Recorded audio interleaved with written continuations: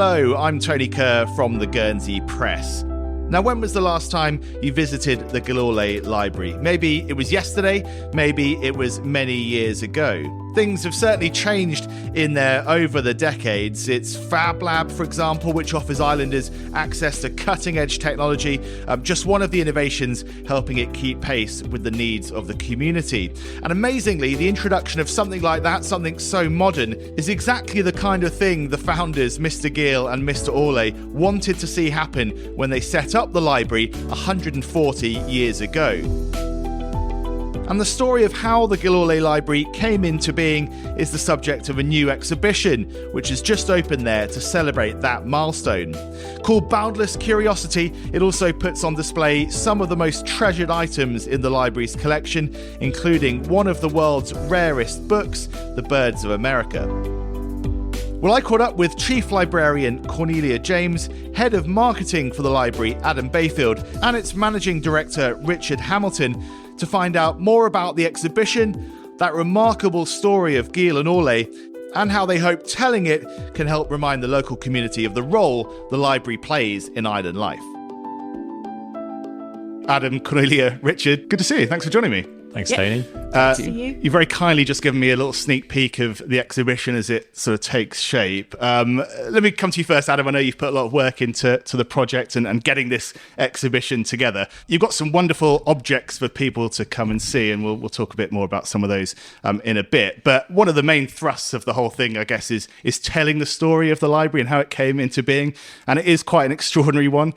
Just give us, I suppose, the abridged version. Yeah, so that's really the kind of the idea, the big idea of the exhibition is to bring to life that story of our origins, which, as you say, is quite a remarkable story, and it's probably fair to say that it's one that a lot of people in Guernsey are blissfully unaware of. They'll know that it's the Guille-Allès Library, but may not have thought about, who is Guille, who is Allais, why is it called that? So the story is that the library was founded by Thomas Guille and Frederick Allais, who grew up together in Guernsey, and they left the island to emigrate to New York in the 1830s when they were teenagers, when they were 14 years old. They arrived in New York and became apprentice carpenters to a fellow Guernseyman who'd already moved out there. And as apprentices, they had access to something called the Apprentices Library, which is one of the oldest and kind of grandest libraries in New York.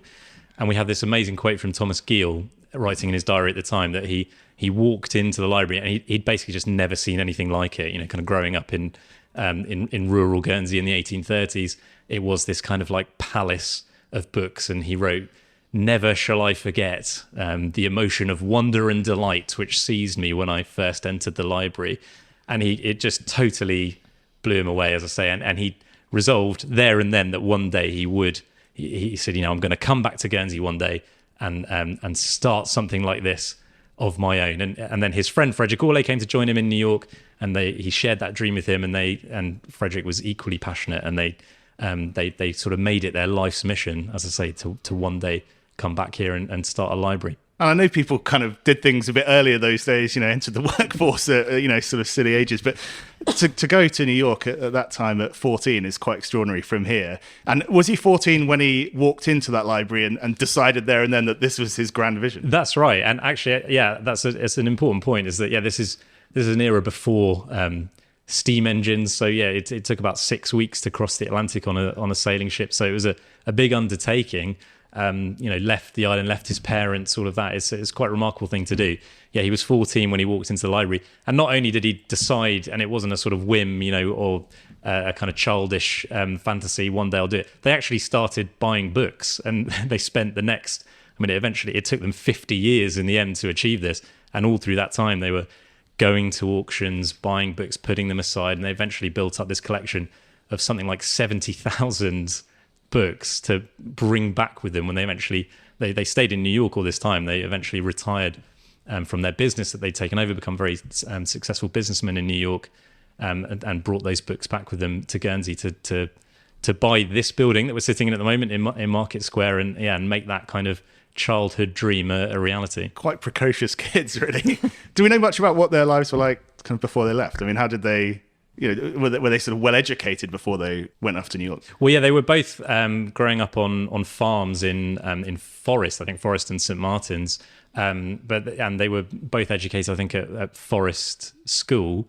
There is a note, a few people kind of writing about them have said, they were kind of unusually well educated for the time, because I think both of their sets of parents were quite well educated, but they were farmers. They were, as I say, they were essentially kind of farm hands, and so going away to New York and just that image of Thomas Guille walking into the library, which the Apprentices Library does still exist in New York, but it's in a different building. It's a completely different thing. But at the time, it was this kind of huge. I sort of like to imagine it a bit like Hogwarts, kind of twisting staircases and things. And he just couldn't believe it. I'd say never seen anything like it. It is quite an incredible story. I mean, Cornelia, for you as kind of one of the custodians now of that vision, if you like, how does it feel to think about where it all began? Well, it's amazing to think how it all began. I mean, Thomas Guille and Frederick Allais came back. They started this library with 70,000 books. And obviously books are at the heart of, the library that they envisaged. But they really wanted it to be a community hub. They wanted it to be a centre of education and art and culture. Very much what the library is like now. And yeah, exactly. I mean, how closely aligned is the library to that vision? I mean, how centrally do you sort of hold it in what you do today? So the founders' original vision was to have not just a library. I mean, they opened the library with 70,000 books, but to have it as a community hub, a centre of art and culture. And in the 1890s, a series of lectures was launched in what's now the Hayward Room. It was called the Lecture Hall at the time and could seat about 200 people. So they had lunchtime lectures on everything from science, art, literature, and they had clubs and societies such as chess clubs. They even had a table tennis club here at the library. They had French lessons, choral societies. Actually, we have a fantastic picture of the Guille-Allès Choral Association as part of the exhibition. There were some 200 members in that, and they regularly performed at places like St Julian's Hall. Yeah, amazing. I mean, it's an incredible vision they had then to, even though they're clearly kind of slightly obsessed with books and collecting them, an incredible vision to think of what the library and what this space could be, I guess. And given what you do today, it seems like you sort of follow that path quite closely. Yeah, absolutely. I mean, they wanted the library to become Guernsey's cultural and educational centre. And I really do think things have come full circle, with what we're doing here at the library today. Guille and Allais wrote a constitution that said that the library should have an elasticity of adaptation, meaning it should constantly be moving with the times, responding to the changing needs of the community. And I'd like to think that the library, as it is today, is very much that cultural hub that they had in mind. We're doing things here at the library. We're still singing every day. We're singing to babies and toddlers, and we're reading stories out in the community to our seniors in our care homes. We're keeping abreast of all the science and technology that they wanted us to. For example, with the Fab Lab, we have cutting edge machinery and technology that is open to all the public, a place where we can share skills and, learn things. So it's very much that community hub that they had in mind. Although we have things like ebooks now and home delivery, and I think it was very much fitting to that sort of vision that they had of the library constantly evolving and constantly changing to suit the needs of the community. Yeah, it's amazing how that constitution that they wrote, is really relevant. Like, it could basically be written today. It would be written in slightly different language. They wrote in very kind of flowery language at the time, but the meaning of it really applies to today. And something like the Fab Lab that Cornelia mentioned, or ebooks, these are things that Guille and Allais couldn't possibly have imagined, but I think they would approve. They really wanted the library, as she says, to be community focused and moving with the times, and that's we like to think it very much the case today. Yeah, amazing. And Richard, you've been involved for about 5 years, I think you said. How important is it in this moment, I suppose, to take advantage of this anniversary, 140 years, but how important is it to, I suppose, tell the story and remind islanders of how this place came to be and what it wants to be, I guess? Well, I think as managing director of the board, my responsibility is to make sure that we fulfil the aspirations of the team, and obviously that falls back, as you've just heard, to what was originally intended with the whole building and the intention of it being a community hub, etc. So there's a huge responsibility for us, and I think we need to take as many opportunities as we can to raise the profile of the library, because people just don't know enough about it. And when I was appointed 5 years ago, I had a very small understanding of what the library does, what it provides, what access it gives to people. Once you're in here, it kind of becomes very infectious in that you realise just what an incredible place it is and what an essential part of the community it is.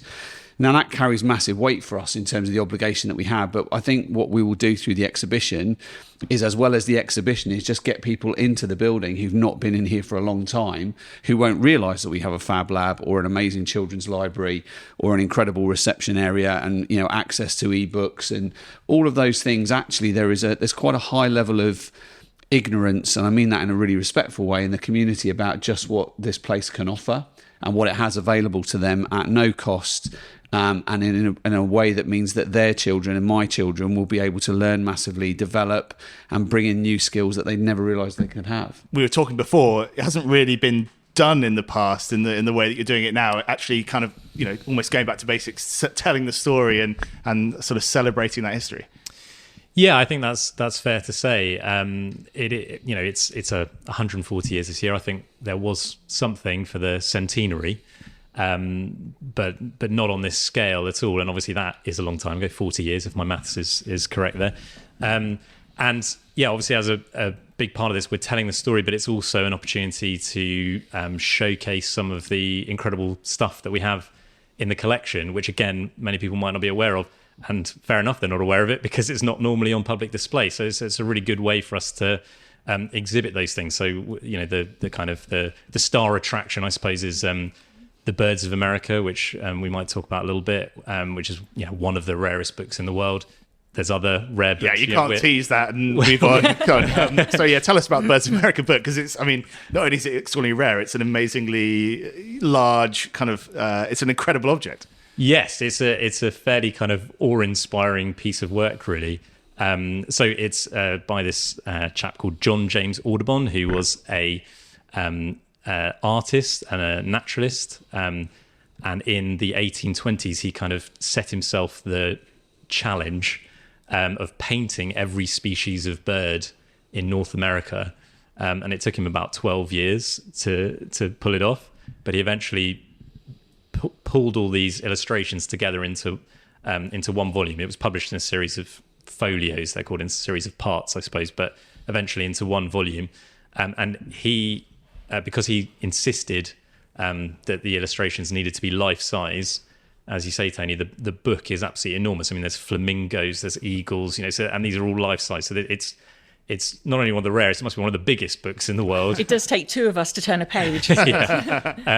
And yeah, I mean, he actually deliberately set out to make it rare. You know, he only published a limited number of these, essentially because he was trying to make money at the time, but they were mainly bought by institutions, and Guille-Allès picked one up at the time. So I think there's only something like 100 copies of the first edition left in the world. Our edition is slightly different. It's the first reissue of the book, called a BN edition. It's actually technically even rarer still. There's only about 70 of those left in the world. So yeah, it's actually an extraordinary thing to have here in our library in Guernsey, and it's an amazing sight. I mean, not only are the illustrations huge, they're incredibly detailed. They're really kind of like, majestic works of art. Really. I think we kind of break into a cold sweat every time we talk about that book, because obviously it in its own right, regardless of anything else that we're doing, that would be enough worldwide for people to want to come and Absolutely. See it. It's that famous and that significant in terms of in history. And I think that's where we kind of want to shout from the rooftops a little bit, because again, you know, no one knows we've got it. No one knows that Guernsey has access to such an incredible piece of history. So, you know, I said to you before about that weight of expectation and responsibility. There's a massive responsibility on us to continue what Mr. Guille-Allès wanted. But they've given us some great tools to do that, which is fantastic. And I think the other thing I would say is that, you know, there's a strategic element to this exhibition, because very clearly the exhibition is a snapshot of the exhibition that we originally had in the building when it was originally housed here. But what it will do the museum, you mean? The museum. But what it will do is it will allow us to kind of really demonstrate just what we've got now and what we want to do moving forward. And I think there's a big part of this that obviously the exhibition covers our history and some incredible historic elements and where we came from and what we've got. What we'll be doing next is talking about what we want to do next, because we need to continue this. We need to perpetuate that expectation. And that's a massive kind of responsibility upon all the team. Yeah, perhaps we'll come back to that stuff. I mean, you mentioned the museum. It's not just the giant Birds of America book. You've got some other historic kind of works in there and lots of artifacts from all over the world, which were or are part of the library's collection and one day would have been displayed here. Yeah, that's right. So when Guille-Allès opened the library, it was both a library and a museum. I mean, Cornelia mentioned that they had this vision of it as a community hub and something more than, in quotes, just a library, and the museum was a big part of that. It was on the third floor, on the top floor here at the library, until 1979. So actually, there are people out there who remember coming to the museum. The main thing they remember is there was a lot of taxidermy animals. There were a lot of stuffed animals. It was a real kind of... People still having nightmares. Yeah, it was a real Victorian experience, I suppose. It was obviously the collection that was put together by Guille-Allès at the time and other people who donated in the 1880s, 1890s. So there were a lot of stuffed and mounted animals, but also, artifacts and various different things from all over the world. Ancient Rome, ancient Egypt, the South Pacific... everywhere. So in 1979, everything that was in the museum went on what's called indefinite loan to Guernsey Museums. So there is, at Guernsey Museums, there's something called the Guille-Allès collection, which makes up a reasonable chunk of the Guernsey Museum's collection, which is items that came from here at the library and are still in, well, the trustees of the library are still ultimately custodians of. We've had fantastic support from Guernsey Museums on this exhibition from the team there, and they've lent us showcases, and they've kind of helped us to bring some of those items kind of back home, if you like, to the library so that we can exhibit them too. So the exhibition, it's telling the story of Guille-Allès.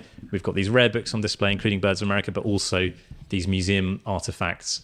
So there's really so much to see. Yeah, there is lots to look at. One thing that really stands out, I think, as well, from the history of the library and the way it developed kind of compared to now is the fact that the children's library is such a big part of your operation now, and children in general are such a big part of what you do, but actually in the original vision they were kind of overlooked. Yeah, that's right. There wasn't even a children's children weren't, I think they weren't allowed in the library. No, right? they certainly didn't really consider them. They didn't. No. Really. So that's a more recent addition, and actually that there is part of our exhibition that will be telling the story about how the children's library did develop with Dora Dorry and her original bookmobile. That's going to be in the Dorry room. But it's fantastic to see the children's library now, and that is obviously we've had a children's library for many years now, but with the recent addition of the renovated children's library, a couple of years ago, it's opened up the library to so many more people, so many families who maybe wouldn't have come to use the library before, but heard about this fantastic children's library and wanted to come in. Obviously, we are going to be catering to children for the exhibition. The children's team are working on a children's trail, like an exhibition trail.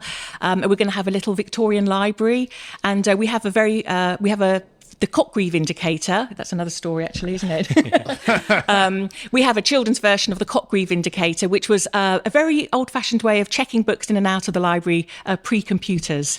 Yeah, this isn't great for listeners, but Tony, you might be able to see behind me. There's a miniature version of the cockgreave indicator there. It's like a sort of, I don't know. Do you know what? It's like one of those kind of quite posh advent calendars you get now, where you get a little gift with each one. I suppose so. Yeah, it's like there's sort of little zinc shelves that you can pull out, and they're reversible. So one end is blue, the other end is red, to show whether it's in or out. So the idea is that the librarians would reverse them whether the book was in or out. So each shelf has a little ledger where you'd write down the number of the library member that had borrowed it. So essentially, each of those shelves represents a book in the collection. Is the idea? So there's still a few out.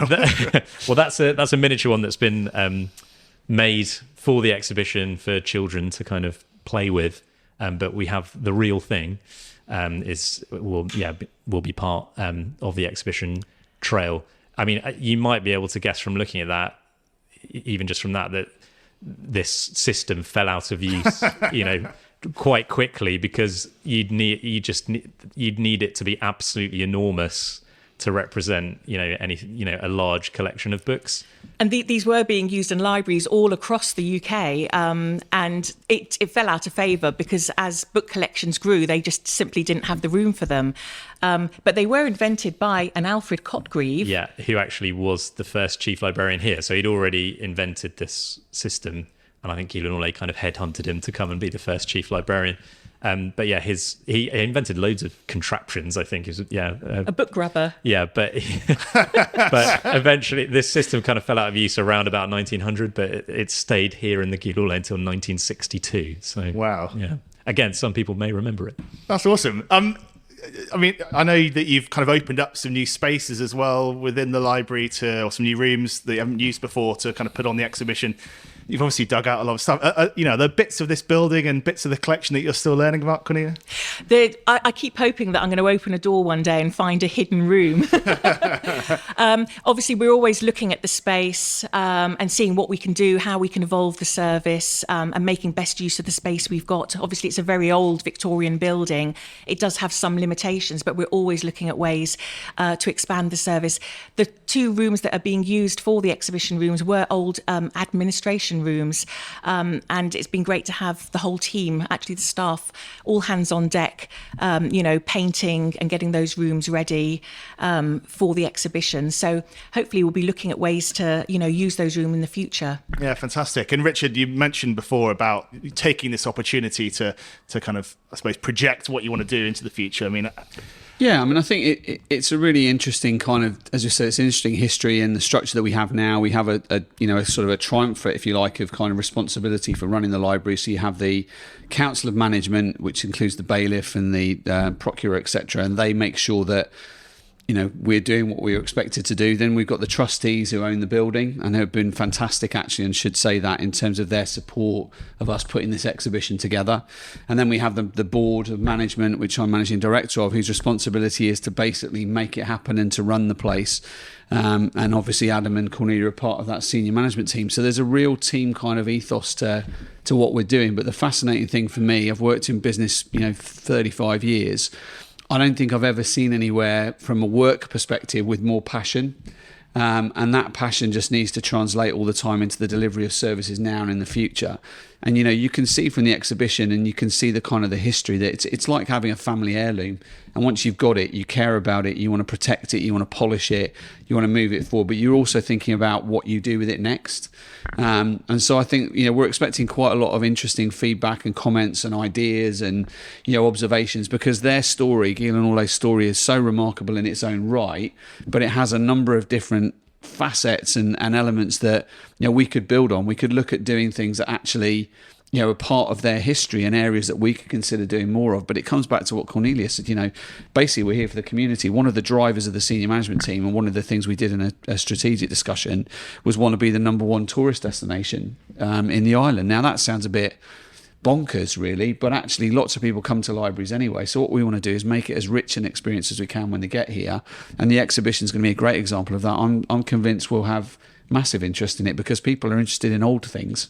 Not me as an old thing necessarily, but they're definitely interested in old books, artifacts, all that kind of thing. So they're going to get that as well as the opportunity to see other things that we can provide. So it's a win-win for everybody. Yeah, brilliant. And obviously the sort of the model of the library or its kind of, I suppose, position within the community and its relationship with the island has sort of changed over the years. But how strong is the footing now to, 140 years into the future is a long way to project, but to sort of build successfully into the decades to come? Well, I don't have any question about where we sit in the community, and I think we're very fortunate. We've got a good relationship with the States of Guernsey. Obviously, they help us significantly with regard to grants to provide the service. And, I have no doubt we fit fantastically into that kind of profile of the future of the island. And we've talked a lot to the Education Committee about what we can do here, what we could do moving forward. And I think it's such a significant asset. We get all the schools visiting here. We give exposure to kind of parts of the community that would never get exposure to learning and to knowledge, etc. So I don't see us going anywhere, to be perfectly honest. I think the interesting thing is that, I think the next sort of 20 years is going to be very interesting because technology is moving on, people's expectations move on, but our footfall continues to grow. So we're obviously doing the right things, but we've got to keep doing the right things. And I think that's the next challenge for all of us. For you guys here day to day, I mean, heading into sort of uncertain economic times, there's a lot of worry around, cost of living crisis, all this kind of stuff. I mean, has the library got an elevated role to play, do you think, in the next few years as kind of people come to terms with that? I think libraries do have a role to play in the community in supporting them in all walks of life. We're here for everybody. We're a free service.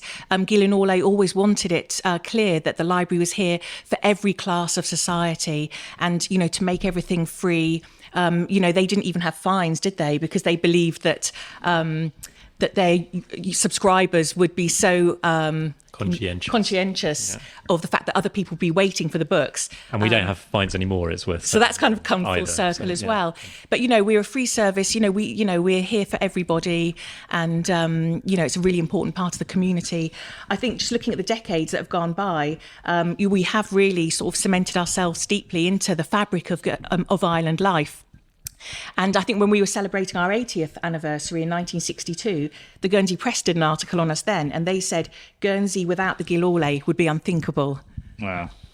We'll see what the reviews like this year. I'm sure it'll be just as good. Adam, just coming back to that point, just about this is a community asset, in the next couple of years or even in the short term, it's probably come at a good time to sort of remind people of what's here, what's available and, at kind of little cost to the user, I guess.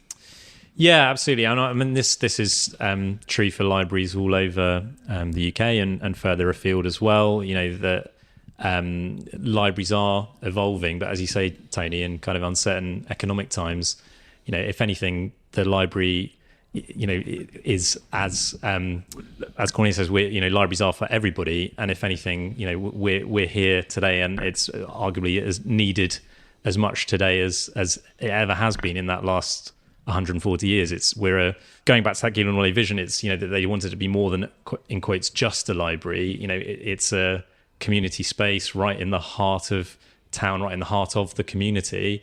It's a place where, and it's one of the only places in society really where people can come and just be. You can just be here. People talk about libraries that it's one of the only places that you can be a citizen, not a consumer. You can just come into the library. There's no transaction. You don't have to pay any money to be here. Just come and sit and read a book or read the paper, anything like that.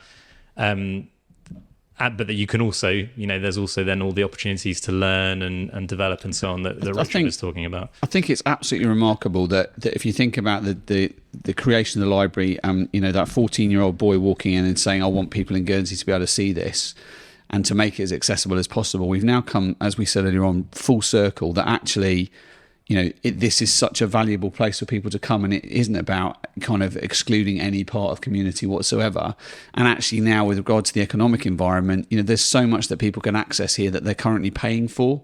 So I think that's the other thing we're very mindful of is, that this could increase our usage, which then creates a pressure for us because, if more people start to want to use the service and to pick up the things that we can provide in here, we've got to obviously scale accordingly. So, ultimately we're public servants, and as public servants in an environment where there's an economic crisis, we've got to make sure we provide that. So there's a real obligation as well as a kind of a passion that we need to harness all the time. Yeah, absolutely. And just to finish off then, Adam, remind us kind of how people can get involved, when the exhibition's open, how long it's going to run, that kind of stuff. So it's called Boundless Curiosity, 140 years of the Guille-Allès Library, and it opens on Friday, the 4th of November. It's running till Saturday, the 21st of January.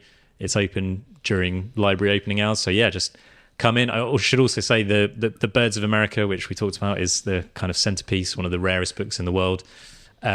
Obviously, when people come in, there'll only be one page on display, but we are going to turn the page once a week. So, return visits are encouraged as well. Is that going to be like sort of changing of the guard? Exactly. Play do a big ceremony on a Monday morning.